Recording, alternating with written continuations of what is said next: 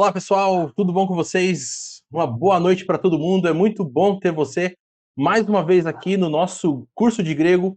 Essa é a nossa última aula, tá? A última aula deste ano. Infelizmente, a gente tem que ter um momento de parar.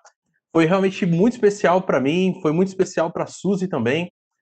E espero que tenha sido assim da mesma forma para vocês. Realmente é algo bem especial, porque foi sonhado e planejado para vocês com muito amor e muito carinho.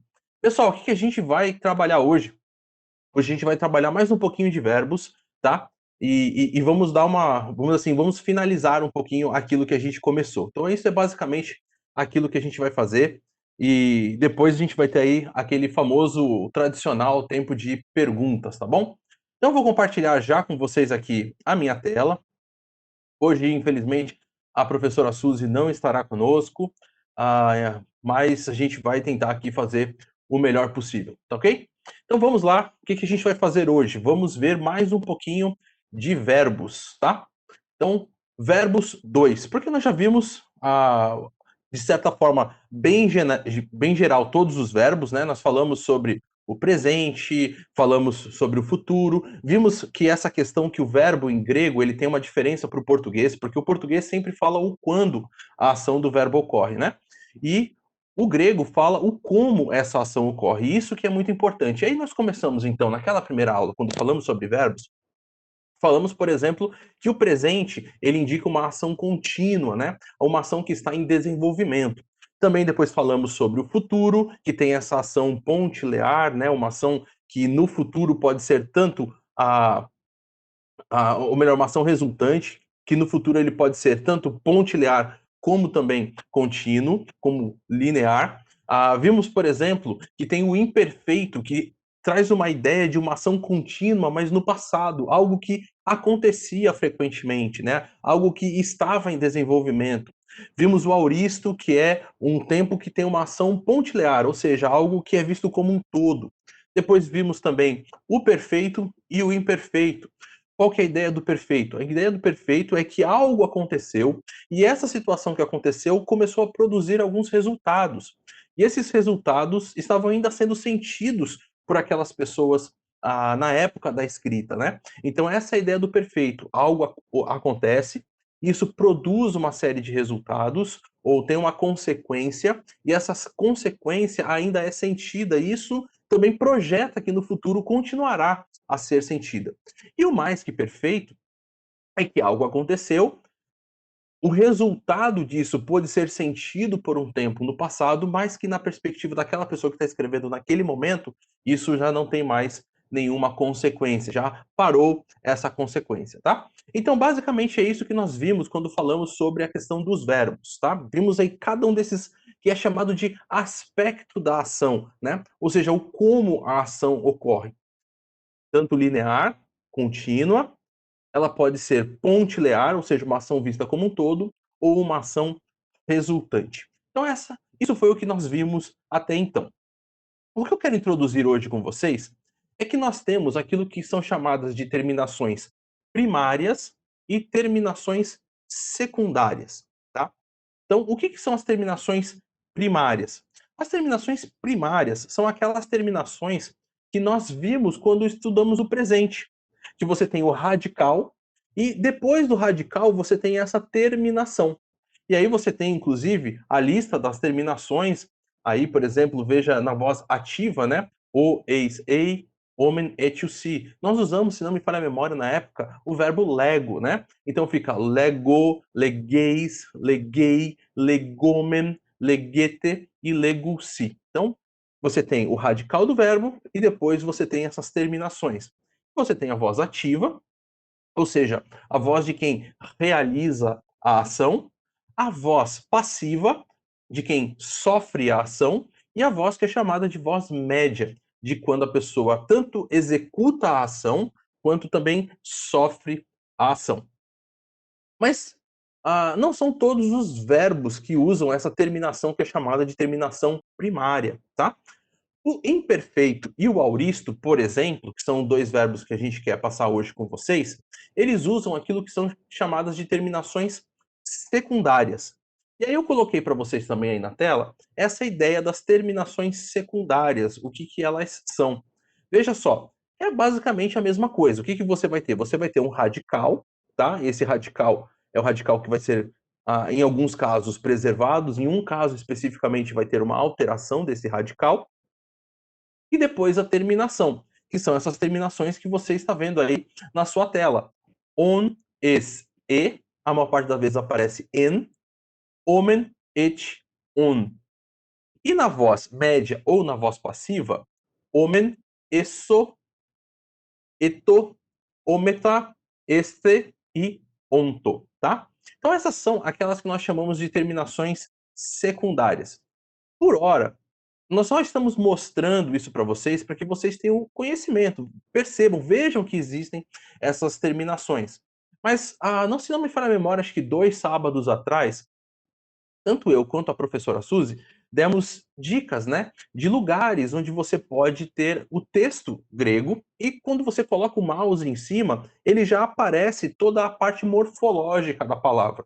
Ou seja, ele vai te indicar se a palavra é um verbo, se é um substantivo, se é um adjetivo, se é uma conjunção, preposição, enfim, qual é a classe da palavra e também já vai te dar todas as informações. Por exemplo, é um verbo que está no presente do indicativo ativo, é um verbo que está no perfeito do subjuntivo passivo. Então, ele já vai te dar todas essas informações, que são essas informações que as terminações nos dão, né? Basicamente, elas nos colocam.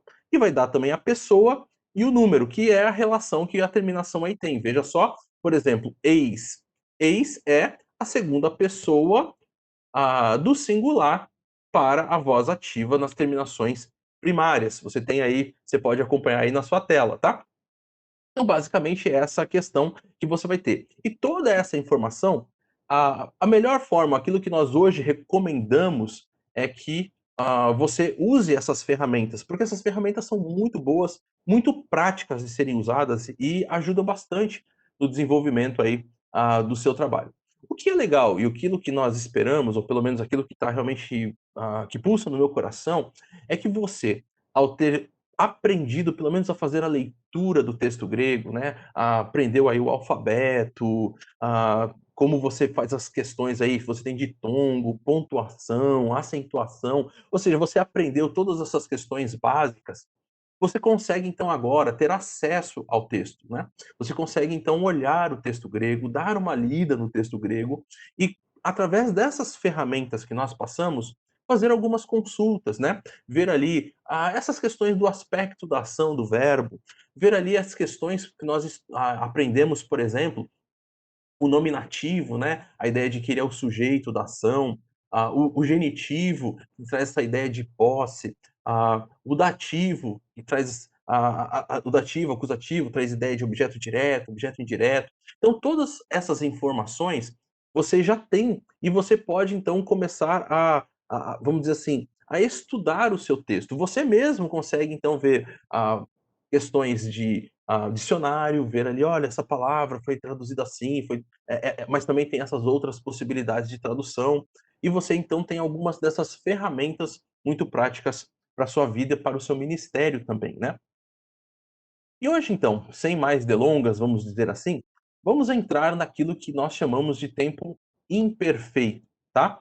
Ah, o que que é o imperfeito? Eu coloquei aí 2 informações, para ajudar a ter uma compreensão, eu espero que realmente ajude. Uma delas é do Alexandre, no livro que ele traz, né, que tem exegese do Novo Testamento.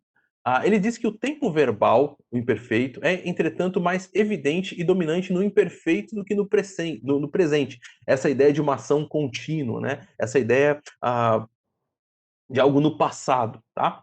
O imperfeito transporta para o passado a ideia ou conteúdo verbal do tema do presente e representa o seu desenvolvimento no passado. Noção essa que confere ao imperfeito a sua qualidade de tempo narrativo ou descritivo.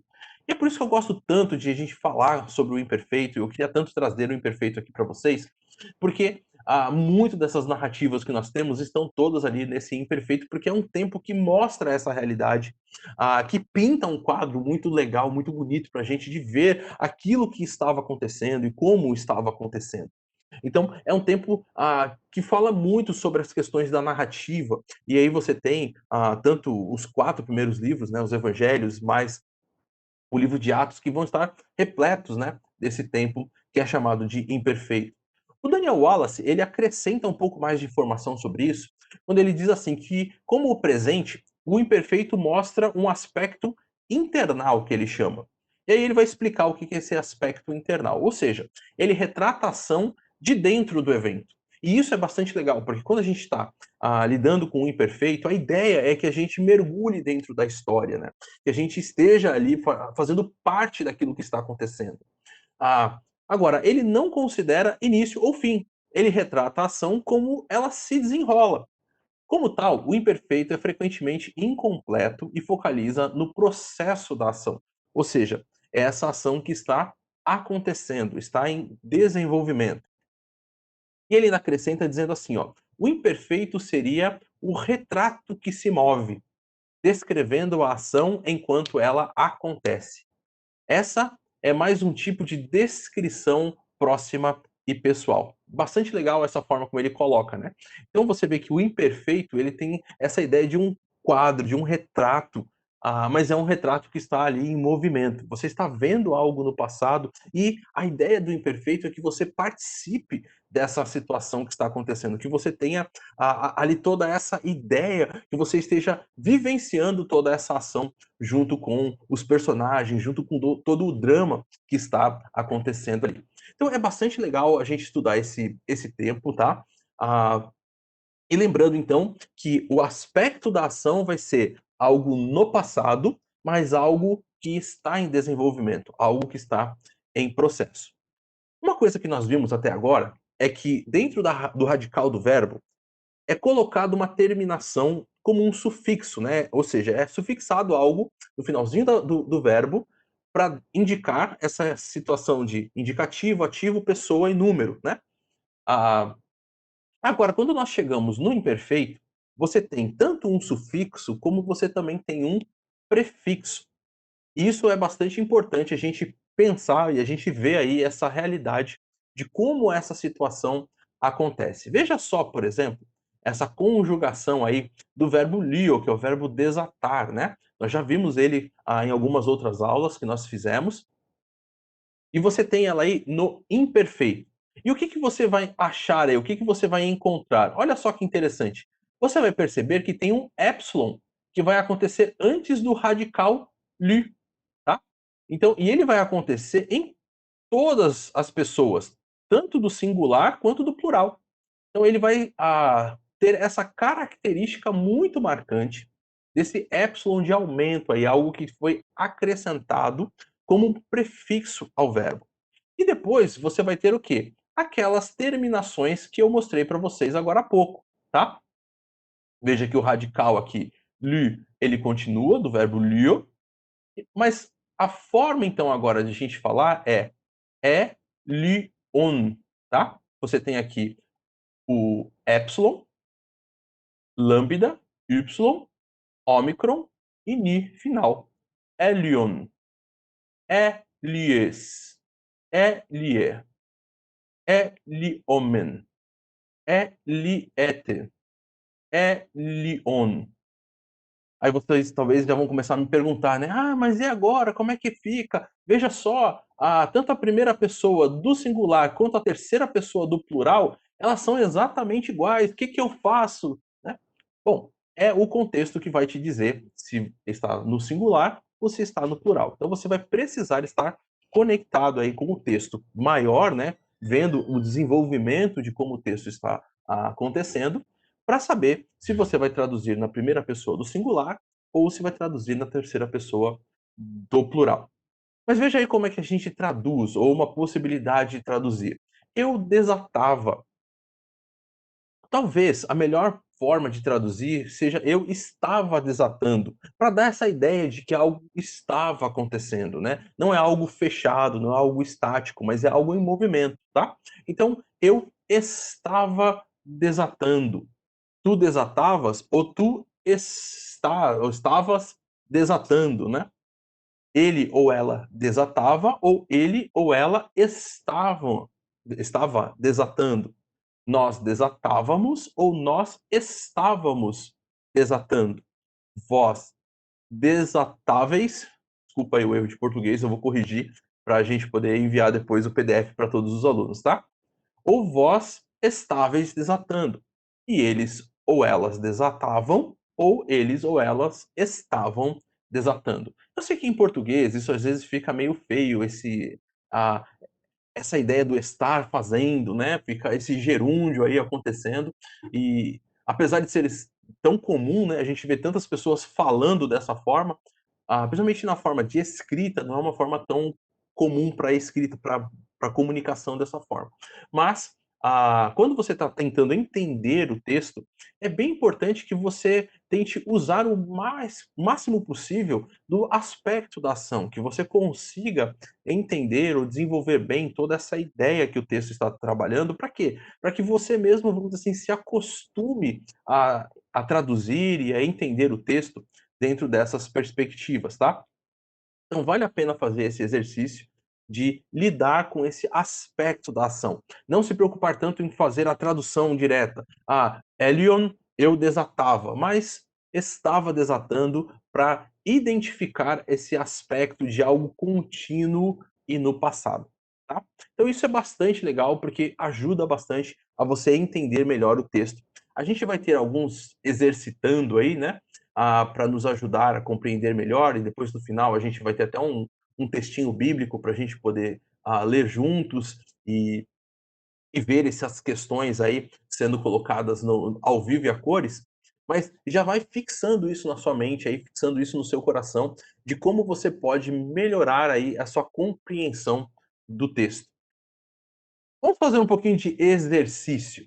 Olha só a diferença do legem, ou seja, presente do indicativo ativo, ele está dizendo, para o elegen, ou seja, ele estava dizendo, tá? Então essa é a diferença do presente, que é uma ação contínua, para o imperfeito, que também é uma ação contínua, mas agora uma ação contínua no passado. Então essa ideia de que então estava realizando essa ação no passado. A gente vai então trabalhar com algumas frasezinhas para a gente tentar fixar melhor essa compreensão, né? Olha só, por exemplo, esse aqui, ó. Grafei, grafei tas epístolas. Grafei tas epístolas. Então, grafei, o verbo grafo, olha só, o eis ei, terceira pessoa do singular do presente do indicativo. Então, como é que ficaria a tradução? E aqui nós temos tas entolás. Como é que vai ficar a nossa tradução, ou epistolás, né? Ele está escrevendo as cartas. Agora, se eu colocar isso no imperfeito, olha lá, ó, egrafen, egrafen, epístolas. Como é que vai ficar? Ele estava escrevendo as cartas, tá? Então veja que interessante você poder colocar essa questão e aprender aí a ver essa diferença entre aquilo que nós já estudamos, que foi o presente, com agora esse imperfeito, que é essa ideia do passado, tá? Vamos ver mais uma aqui, ó. É lampanen, tá? É lambanen, tá? Biblia. Então, aqui do verbo lambano, eu tomo, recebo, eu pego, né? E como é que vai ficar, ó? Ele pegava os livros, ou ele estava pegando os livros, tá? Então, porque você tem esse aspecto de algo no passado, algo que era contínuo, porém no passado. Então, ele pegava os livros, ou aí, se você quiser colocar mesmo, pegava a Bíblia, tá? Uma outra frase aí para ajudar a gente a pensar sobre isso, olha lá, ó. Equen tus logus. Equen tus logus. Aqui há uma modificaçãozinha, você deve ter já reparado, que em vez do epsilon foi colocado o eta. Isso porque você tem, em alguns casos, algumas contrações.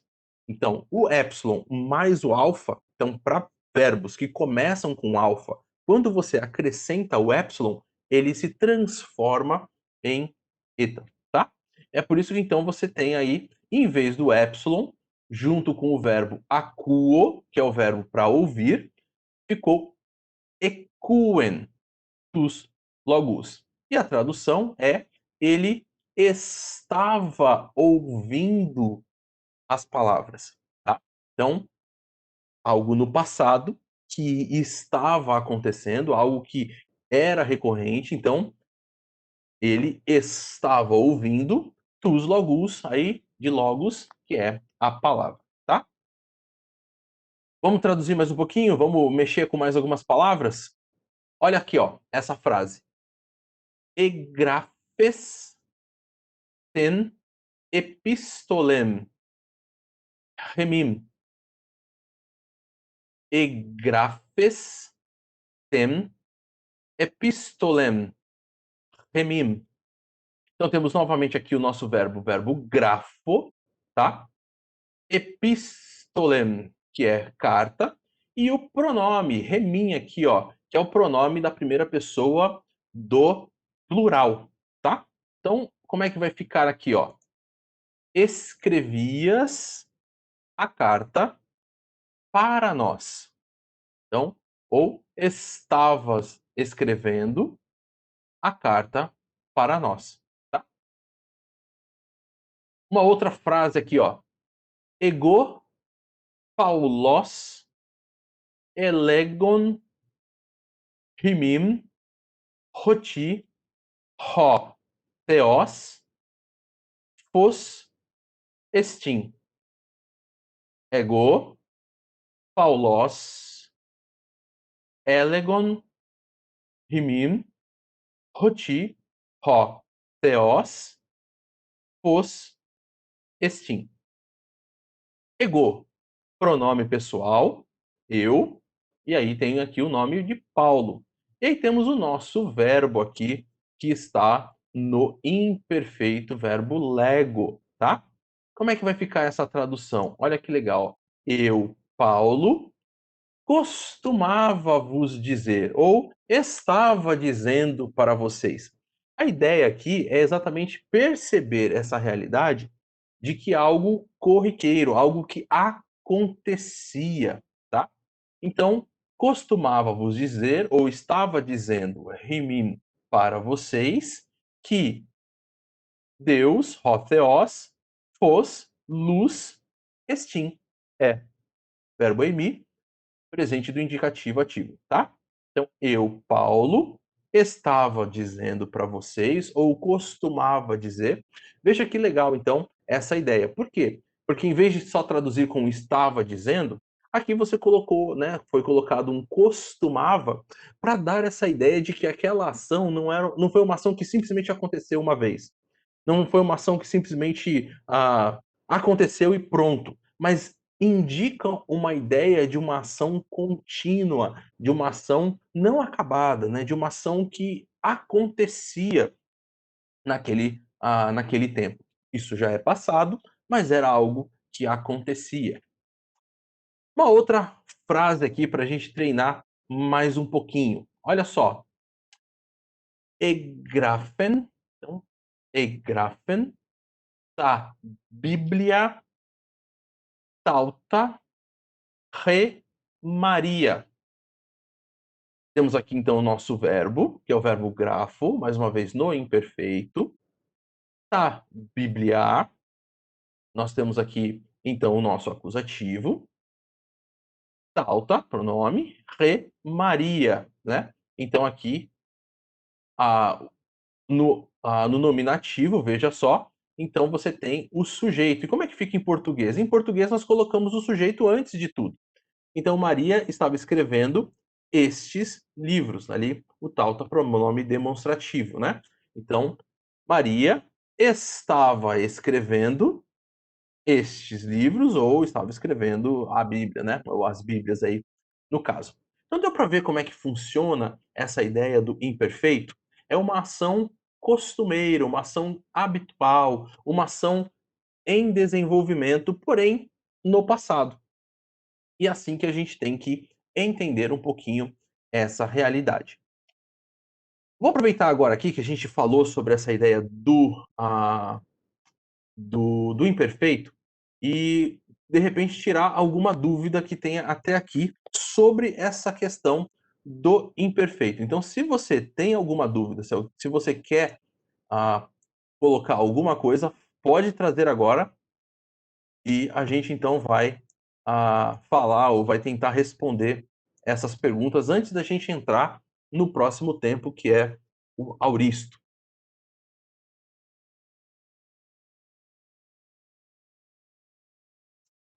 Tem aqui José, discípulo, não precisa de artigo. No segundo exemplo, não precisa. O artigo está implícito aí. O Fábio Mendes já respondeu, tá? Então, não, realmente não precisa.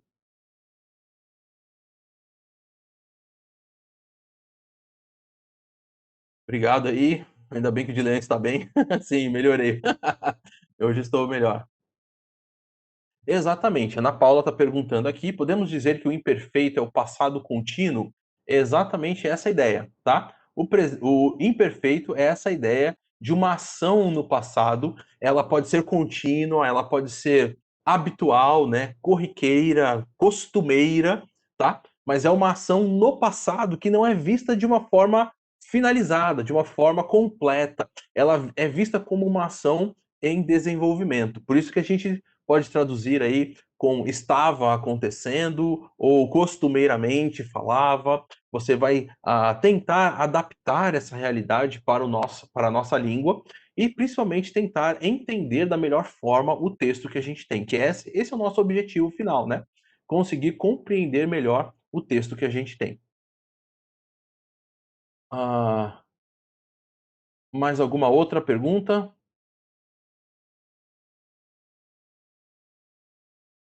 que a gente tenha? Acho que por hora não, né? Então, só para a gente então finalizar, imperfeito, ação no passado, uma ação contínua. Essa é a ideia. Ah, eu O Fábio está perguntando aqui sobre o aspecto verbal. Eu falei no início da aula, né? Então a gente colocou aí todos os tempos verbais e falamos sobre esses aspectos. Então o verbo em grego não fala o quando ela acontece, mas o como ela acontece. Nós temos então os três aspectos: o linear ou contínuo, o resultante e o pontilear, né? E aí você tem cada verbo aí, ele se encaixa. Vimos aí, por exemplo, o presente é uma ação contínua, o imperfeito é uma ação contínua, mas no passado. O auristo é uma ação pontilear. O futuro é uma ação resultante. Ela pode ser tanto linear quanto pontilear no futuro. O perfeito é uma ação resultante, ou seja, você tem algo que acontece, e esse algo que acontece resulta em em algo que pode ainda ser sentido, algo que ainda pode ser vivenciado por aquelas pessoas, ou seja, há um resultado de algo que aconteceu. E o perfeito, a diferença do perfeito para o imperfeito é a perspectiva de quem está usando, quem está falando, né? Então, no perfeito, a perspectiva é que esse resultado ainda é vivido, é sentido, né? No mais que perfeito, isso foi no passado, ou seja, houve sim um período de resultado, mas que isso já se encerrou no passado, tá? Então, essas questões do aspecto da ação dos verbos. Vamos entrar então, já que a gente não tem outras perguntas, vamos entrar no nosso auristo. O que é o auristo? O auristo descreve a ação expressa pelo verbo, ou seja, ele simplesmente fala aquilo que tem para falar, sem grandes outras informações. Ele não define tempo, mas o evento ou estado em si como um todo, ou seja, a ação realizada. Olha só o exemplo que a gente tem aqui da gramática do Hegel e Bergman. Por exemplo, olha a diferença do presente e do indicativo. O presente do indicativo que nós estudamos indica uma ação contínua. O imperfeito também indica uma ação contínua, porém no passado. E aí a gente pode colocar aí uma frase como eu estudo ou eu estou estudando grego. Essa é a ideia daquilo que está acontecendo com vocês. Agora, o auristo, que indica uma ação pontilear, ela é vista como um todo ou até mesmo vista como completa. E como é que fica então? Em vez de falar eu estudo ou eu estou estudando, eu me formei médico, ou seja, eu já estudei tudo aquilo que era para ter estudado e já sou médico, já me formei, né? Então a ação é vista como completa, né? Então é vista como um todo. Essa é a ideia principal daquilo que nós temos quando falamos sobre o auristo. Existem alguns outros pormenores, a gente não vai ficar entrando aqui, dentro do curso, mas a ideia principal, aquilo que vocês precisam, vamos dizer assim, gravar por hoje no coração de vocês, na mente de vocês, sobre o Auristo é isso: a ação, ela é vista como uma ação completa, uma ação acabada, tá? Agora, o Auristo ele tem algumas peculiaridades bem particulares dele, tá? Qual que é ou quais são essas peculiaridades? Primeiro, ele vai ter o épsilon como o imperfeito, aquele épsilon de passado, épsilon de aumento ali no prefixo do verbo. Ele vai ter as terminações secundárias, como o imperfeito também, só que ele tem duas formas de aparecer. Ou seja, é chamado de primeiro auristo e segundo auristo. Em relação à compreensão do texto, ou compreensão do verbo, não tem nenhuma diferença do primeiro auristo para o segundo auristo. Mas em relação à grafia, ou seja, a forma de se escrever, há sim uma diferença. E qual é essa diferença? O segundo auristo, ele modifica o radical do verbo. Ou seja, aquilo que nós vimos até agora é que você tem o radical, que é um radical imutável, e você pode colocar terminações ou pode colocar prefixos. Mas agora, no auristo, quando nós estamos falando do segundo auristo, nós vamos ver então que o radical do verbo pode ser mudado. Por exemplo, olha só o verbo erchomai, que é o verbo eu vou, eu venho, né, eu fui. Olha como é que ele vai ficar no segundo auristo. Olha a mudança de erchomai para elthon, que é a primeira pessoa do singular, eu fui ou eu vim também, pode ser, porque eu vou, eu venho, né. Então veja que diferença você tem nessa situação. Não há nada de diferente na compreensão do texto, tá? É um verbo que indica uma ação completa, uma ação pontilear. Porém, você tem essa modificação no seu radical. E aí, para isso, você pode, de repente, até fazer uma pesquisa, ver aí quais são esses verbos que têm uma alteração. Se você comprou a gramática, né, que nós recomendamos no comecinho ou na primeira aula, que é a gramática do Noções do Grego Bíblico, então ela traz na lição do segundo auristo uma lista de verbos que tem o radical modificado, vale a pena então você dar uma olhada ali, tá? Mas olha só então como é que vai ficar o verbo erhomai. Eu thon, eu fui ou eu vim. Eu thes, tu fostes. Eu tem, ele ou ela foi ou veio. Eu thomen, nós fomos. Eu tete, vós fostes. Então, mais uma coisa para corrigir aqui nesse slide. É vós fostes. E eu thom, eles ou elas foram. Mais uma vez, o que você vai ter aí? Primeira pessoa do singular, terceira pessoa do plural, tem a mesma forma. Como que eu vou traduzir, então? Sempre vai depender do contexto. O contexto é aquele que vai me indicar qual é a melhor forma para usar, ou qual é o correto aí de usar dentro dessas duas realidades. Então, esse é o auristo, ou aquele que nós chamamos de segundo auristo. A ideia do verbo é uma ação completa, porém, ele faz uma modificação no radical. Você tem também o primeiro auristo. Olha só o que vai acontecer no primeiro auristo. O primeiro auristo você mantém o radical do verbo. Olha lá o nosso famoso lio eu desato aí. Você vai ter aí a radical preservada. Você vai ter o épsilon de aumento, tá? O épsilon de aumento. E uma característica que te ajuda a você olhar o verbo e saber, ó, aqui temos um auristo, é aquilo que é chamado de sigma alfa ou de sigma somente aqui logo depois do radical. Esse sigma aqui é bastante característico ah, do auristo. Talvez a gente não teve tempo de ver o futuro também é inserido um sigma para identificação de futuro, mas essa característica sigma alfa é a característica especial do auristo, tá? Do primeiro auristo. Então, o primeiro auristo você vai ter de diferença para o segundo auristo simplesmente que o radical mantém preservado. O segundo auristo modifica, o primeiro auristo mantém o radical da forma que vai ser. Vamos fazer então aqui a leitura? Olha só. É liça. Eu desatei. É liça. Eu desatei. Élissas. Tu desataste.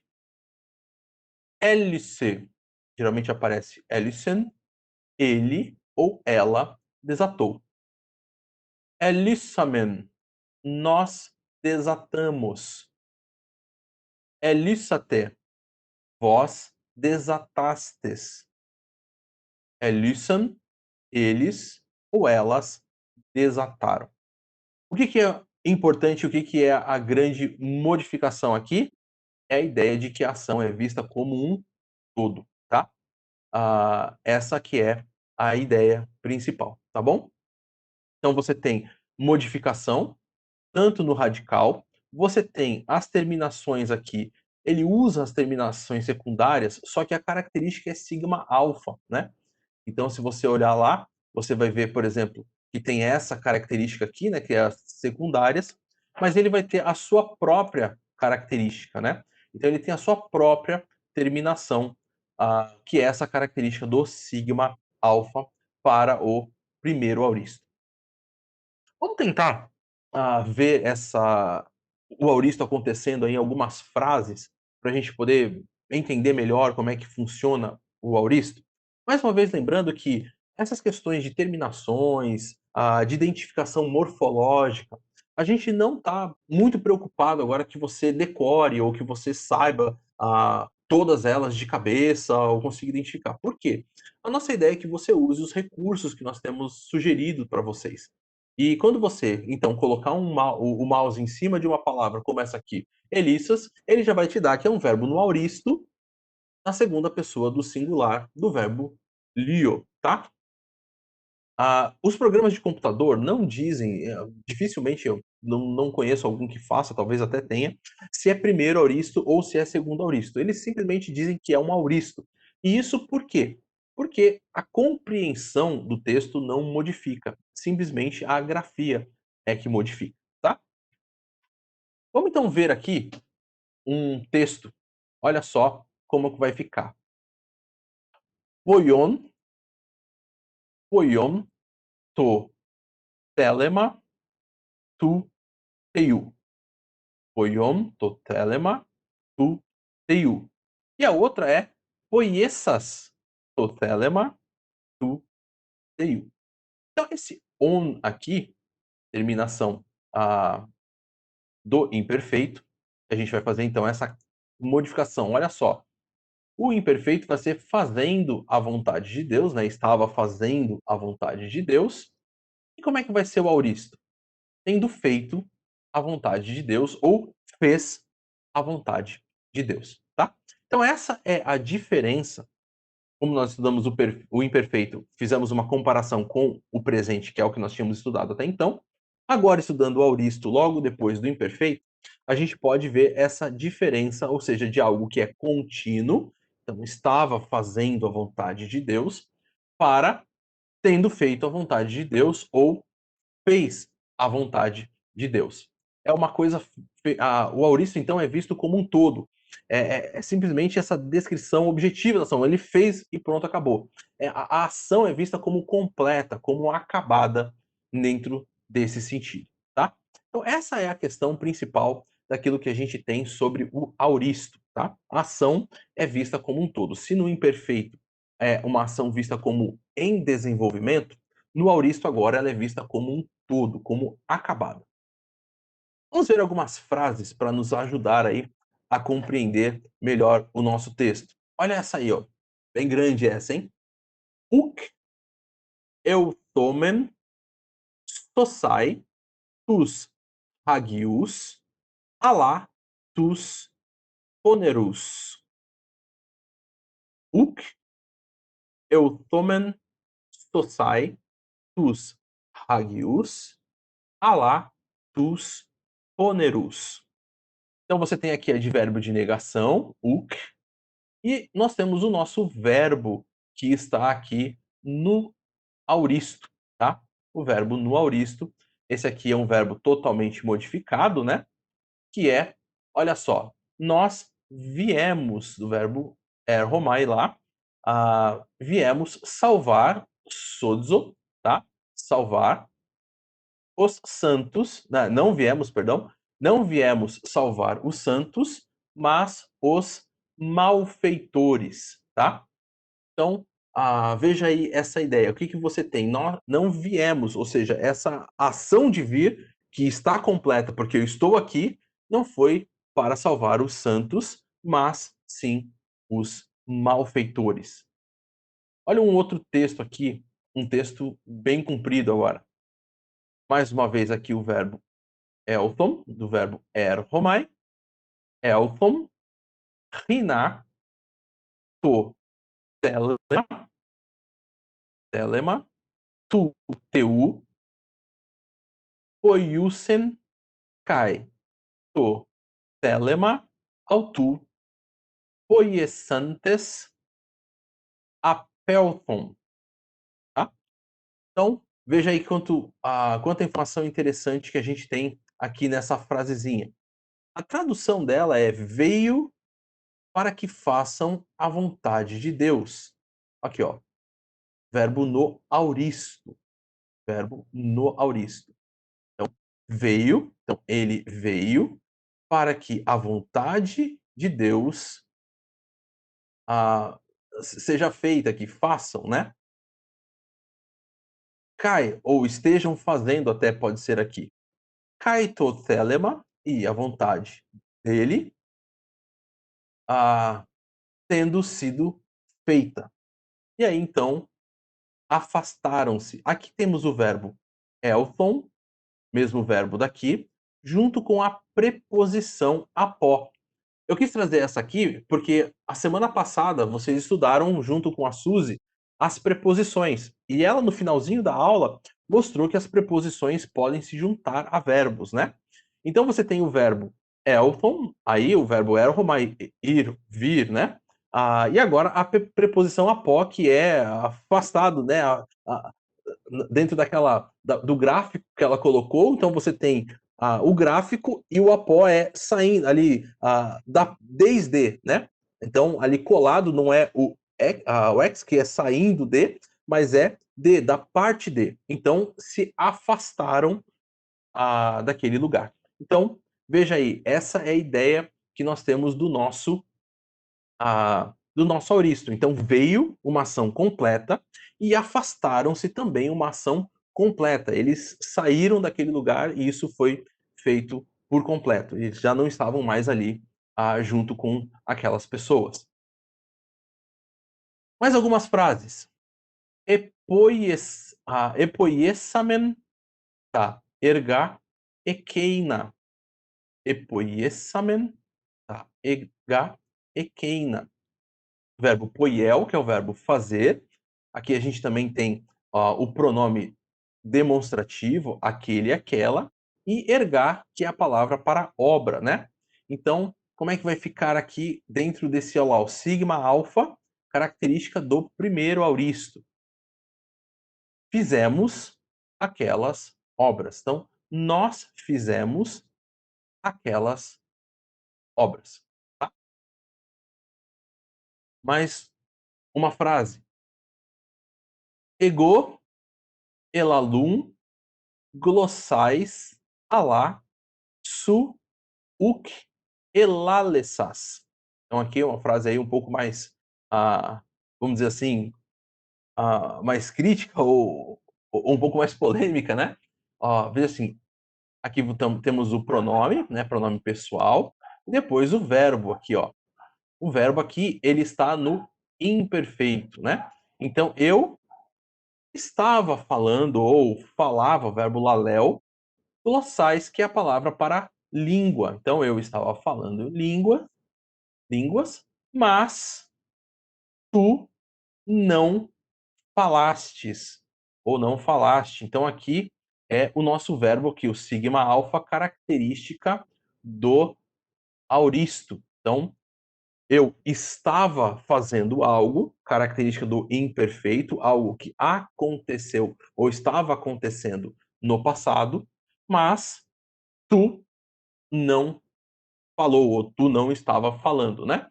Então, essa característica aqui dessa ação completa, ó, essa realidade é que enquanto eu estava fazendo algo, você não, você e aqui é dado então esse verbo no auristo como uma ação completa, não estava fazendo nada, tá? Mais uma frase.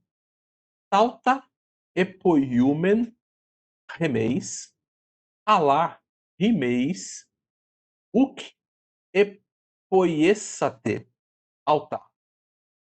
Tauta epoiumen remeis, alá rimeis, uc epoiessate, alta. Então você vai ter aqui os verbos tanto no imperfeito, como também verbo aqui no auristo, para a gente relembrar um pouquinho de tudo isso que a gente está estudando hoje. Como é que vai ficar essa frase aqui, ó? Então, nós fazíamos estas coisas, mas vocês não as fizeram. Então, nós fazíamos, né? Nós fazíamos estas coisas, mas vocês não fizeram essas coisas, né? Não, mas vocês não fizeram, tá? Então veja aí a nossa frasezinha, tanto usando o imperfeito, como também usando o auristo, dando algo que era contínuo e algo que é pontilear. Vamos trabalhar mais um pouquinho, mais algumas frases para a gente entender bem aqui o nosso auristo. Epoiesen ho theos ten ges. Mais uma vez aí o nosso auristo, a característica aqui do sigma, tá? Do verbo poiel, que é o verbo fazer. Hotheos, nominativo aqui, né? Então a gente tem aí Deus como o sujeito. Tenges, o acusativo, está sofrendo a ação do verbo, né? Então veja só, Deus, ele fez a terra. Deus fez a terra. Lembrando que o ele não precisa colocar, porque já está subentendido, tá? Deus fez a terra. O que nós precisamos? Geralmente em português, em português não em português, nós reajustamos a frase para ficar melhor entendida. Poderíamos falar fez Deus a terra? Também poderíamos, mas não é o jeito que geralmente a gente coloca, né? Ekousan ton logon tu apostolou. Mais uma vez aqui, aquele nosso verbo akuo, que é o verbo para ouvir. Quando você coloca o epsilon de prefixo, epsilon mais alfa, modifica para eta. Sigma alfa aqui, o sigma característica do auristo. Então aqui temos um verbo no auristo, né? Então, ekousan, ouviram, ton logon, aqui temos o acusativo, ouviram o quê? Ouviram a palavra, tu apostolou, nosso genitivo aqui, a palavra do apóstolo, tá? Então, ouviram a palavra do apóstolo. Uma outra frase aqui para a gente treinar. Ecúsate, auton, legonton. E aqui eu coloquei essa frase e coloquei esse pontinho aqui, ó, ponto e vírgula. Quem lembra o que é esse ponto e vírgula? Alguém lembra? Alguém aí que está conectado? Vamos ver. Se alguém lembra, o que que é o ponto e vírgula? Responde aí no chat. Uma interrogação, muito bom. Uma interrogação, tá? Então, coloquei aqui para a gente lembrar um pouquinho sobre essa questão da pontuação. Então, temos aqui o verbo ouvir e lego, aqui o verbo, essa ideia aqui está num particípio, né? Então, vós ouvistes falando, né? Então, aqui temos esse particípio aí com uma pergunta. Então, vós ouvistes aquilo que ele estava falando, né? Então, poderia ser aí essa pergunta. Então, mas a nossa questão aqui principal é esse exculsate. Então, ouvistes, ou seja, vocês ouviram tudo, foi tudo falado, tudo que tinha para ser falado foi ouvido. Vocês ouviram completamente aquilo que estava sendo falado, aqui feito como uma pergunta. Ho, theos, ho, theos, eiden. E aqui temos mais uma desses verbos que são características do segundo auristo, ou seja, tem uma modificação aí na sua estrutura, né, na sua morfologia. É o verbo oral, é o verbo para ver, tá? Ele fica só, olha só como é que ele fica no segundo auristo, né? Eiden, tá? Ho theos eiden, tá? Pantá, kai, agatha, em. Então nós temos tanto um verbo aqui no segundo auristo, um verbo no auristo, e esse en aqui, que é um verbo que está no imperfeito. Então vai ser Deus, aqui o nosso nominativo. Deus viu o quê? Então temos aí o nosso acusativo. Deus viu as coisas, né, ou tudo, e estava, ou seja, as coisas estavam, era uma informação aí do passado de como eram, agathá, que é boas. Então, Deus viu todas as coisas, né? E elas eram boas ou estavam boas, né? Então essa é a ideia aí desse imperfeito, né? Elas eram boas ou elas estavam sendo boas aí ou estavam dentro da sua perfeição daquilo que era, tá? Gente, isso é a ideia do nosso auristo. Então, o que que nós temos? O imperfeito, uma ação contínua no passado. O auristo, uma ação vista como um todo. Ouvir, né? Falar, todas essas palavras, ou fazer, são vistas como um todo, como a conclusão da ação que o verbo está sendo, ou da ação que o verbo propõe. Tá? Então, essa é a ideia que a gente tem a respeito do nosso auristo. Eu vou passar um pouquinho de algum vocabulário de hoje, para a gente depois, então, fazer aí um versículo juntos. Então, olha só algumas palavras, né, e verbos para vocês decorarem, para vocês terem aí no material de vocês de grego, tá? Paracaléu. Lembrando que esse númerozinho que fica entre parênteses é a quantidade de vezes que a palavra ou verbo acontece dentro do Novo Testamento grego, tá? Então, paracaléu, eu chamo, exorto, conforto, encorajo.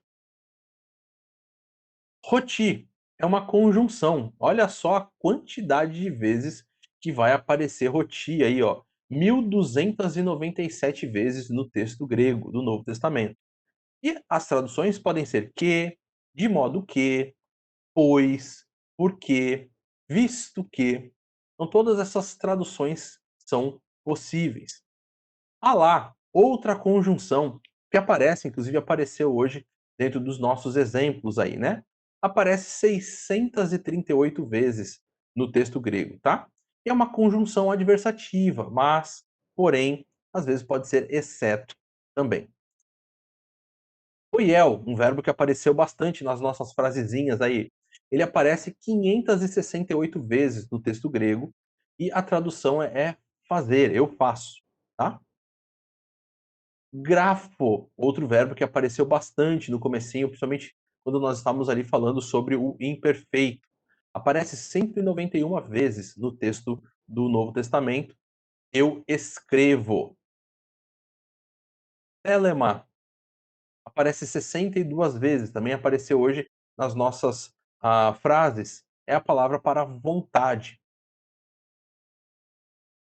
Sozo também apareceu nas nossas frasezinhas, aparece 107 vezes no texto do Novo Testamento. Sozo significa eu salvo, liberto, preservo, livro, curo.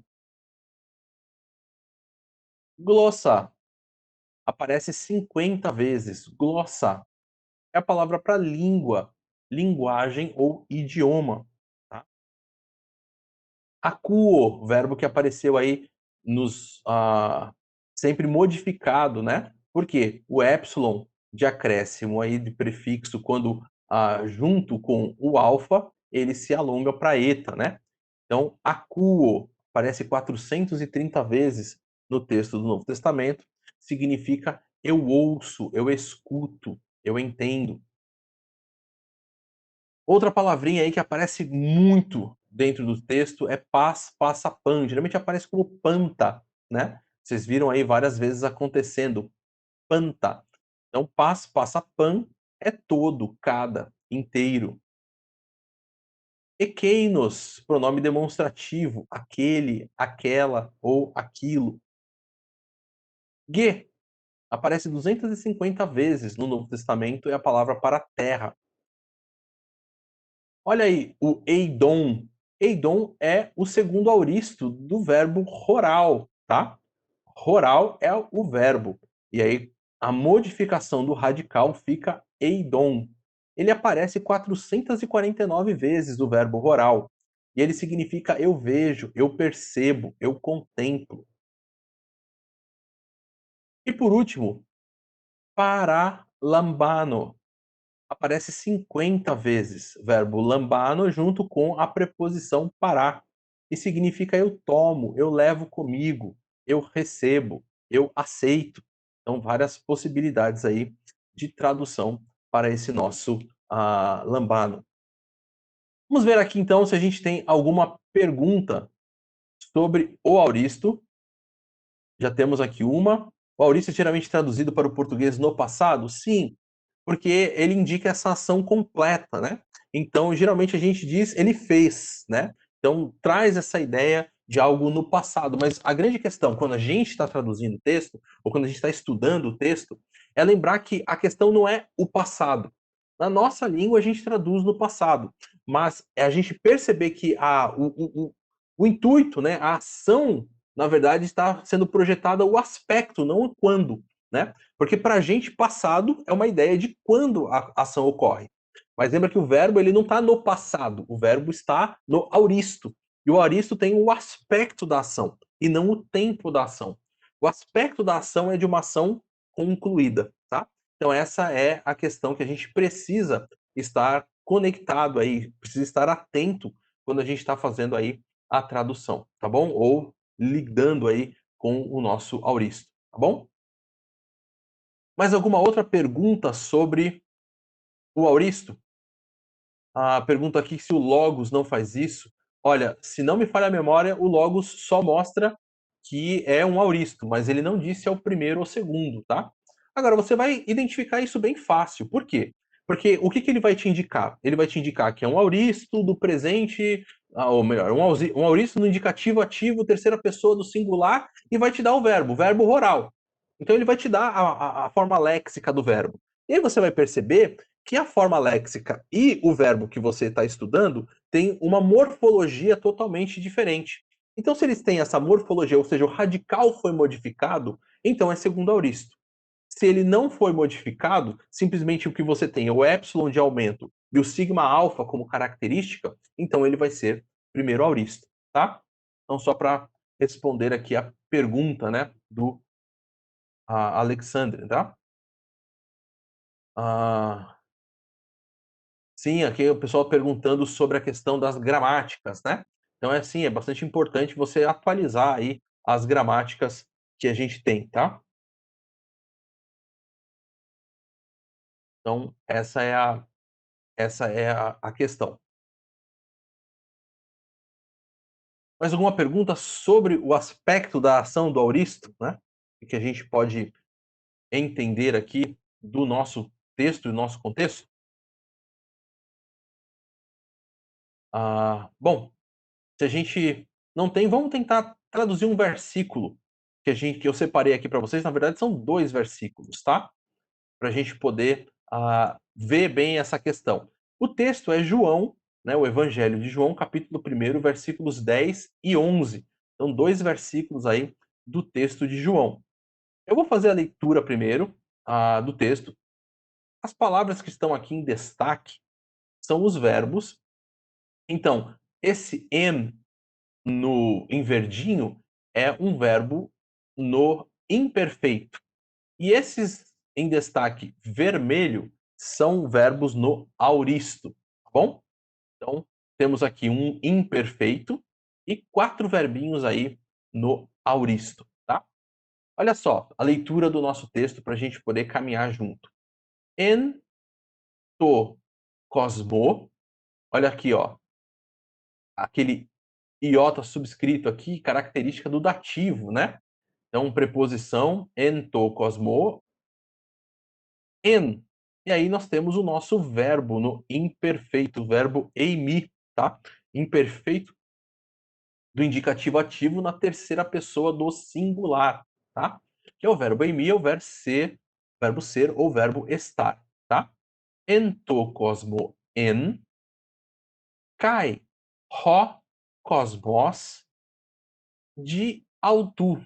Esse de com esse apóstrofozinho aqui é a preposição de a, que vocês aprenderam na semana passada com a Suzy, por meio de ou através de, tá?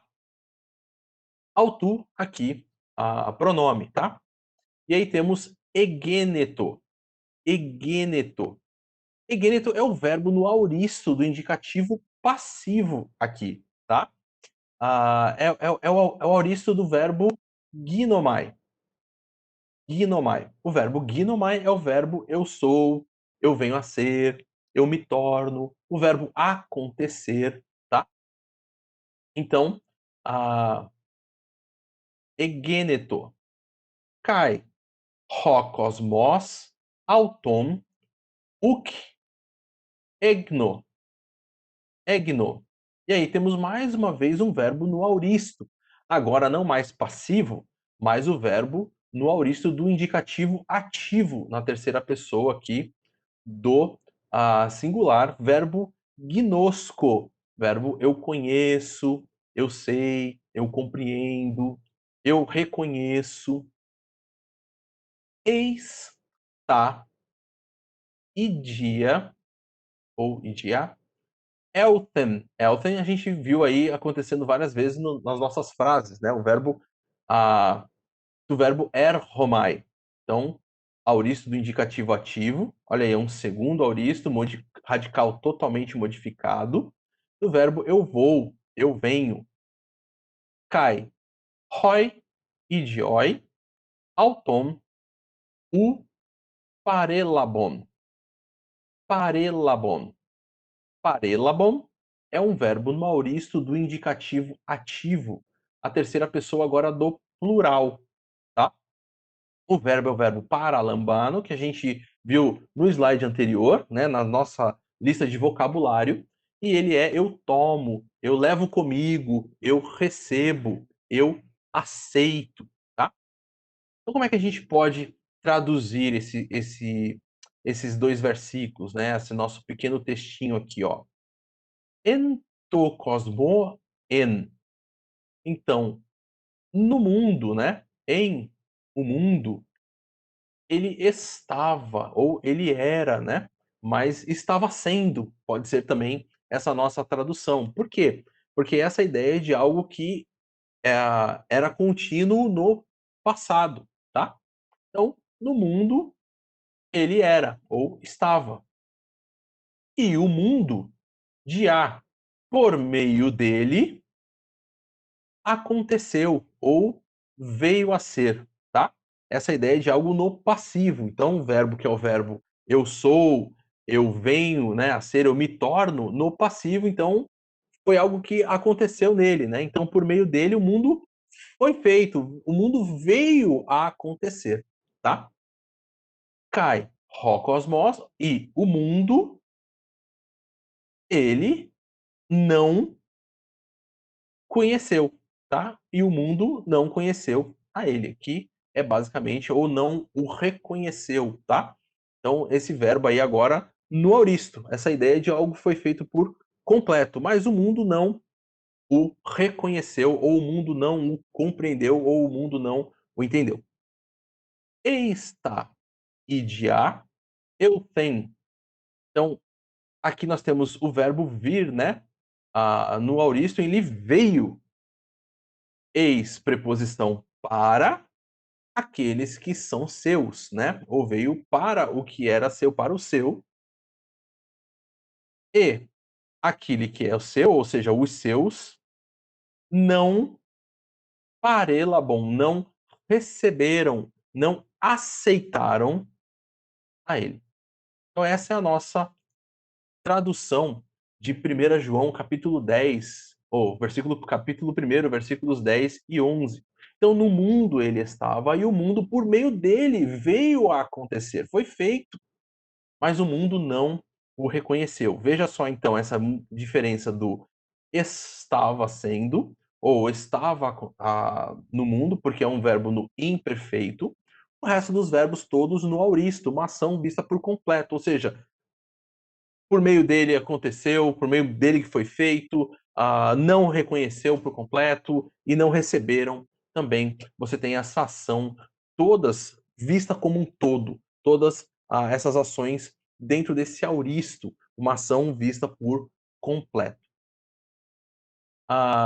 Bom, pessoal, essa era esse nosso desfecho, algo que é bastante importante aí a gente lidar ou a gente perceber com essas realidades aí desses verbos no imperfeito, verbos também no auristo, dois tempos verbais bastante importantes. Eu vou fazer algumas correções aí, né, daquilo que não estava certo, tá? Ah, de algumas coisinhas aí que não ficaram bem encaixadas ali, principalmente no voz, eu coloquei nós de novo, tudo, para poder mandar para vocês. Mas vamos ver se a gente tem alguma, alguma pergunta aí que a gente pode tentar trabalhar um pouquinho. Alguma pergunta sobre aí a morfologia do auristo? Alguém quer colocar ou quer fazer alguma pergunta? O pastor Fábio aqui está fazendo essa pergunta. Como as palavras aparecem no dicionário? Sim, no dicionário você vai ter sempre as palavras, os verbos, na verdade, né, no presente do indicativo ativo, primeira pessoa do singular, tá? Então esses verbos aí acontecendo com ômega, a não ser os verbos irregulares, como o verbo erhomai, que aí você tem essa, ah, essa terminação aí, que é essa terminação omai, né, que é para esses verbos que não aparecem ou eles não têm essa terminação do presente do indicativo, tá? Então essa é a essa questãozinha aí só para deixar claro aí. Alguma outra pergunta sobre aquela sobre a questão do imperfeito, a questão do auristo? Se a gente não tem perguntas, a gente vai então encerrar por aqui as nossas a, a, a nossa nosso curso de grego. Foi feita só a pergunta aqui a respeito de se vai ter uma continuação. Isso aí, eu creio que bem provável sim que tenha, mas por hora a gente vai dar uma parada, provavelmente volte os cursos em fevereiro, tá? Então os cursos devem retornar aí em fevereiro, por hora, dá uma segurada aí para a gente poder ah, ter um tempinho de férias aí, tá? Muito bom. Alessandro faz realmente uma revisão.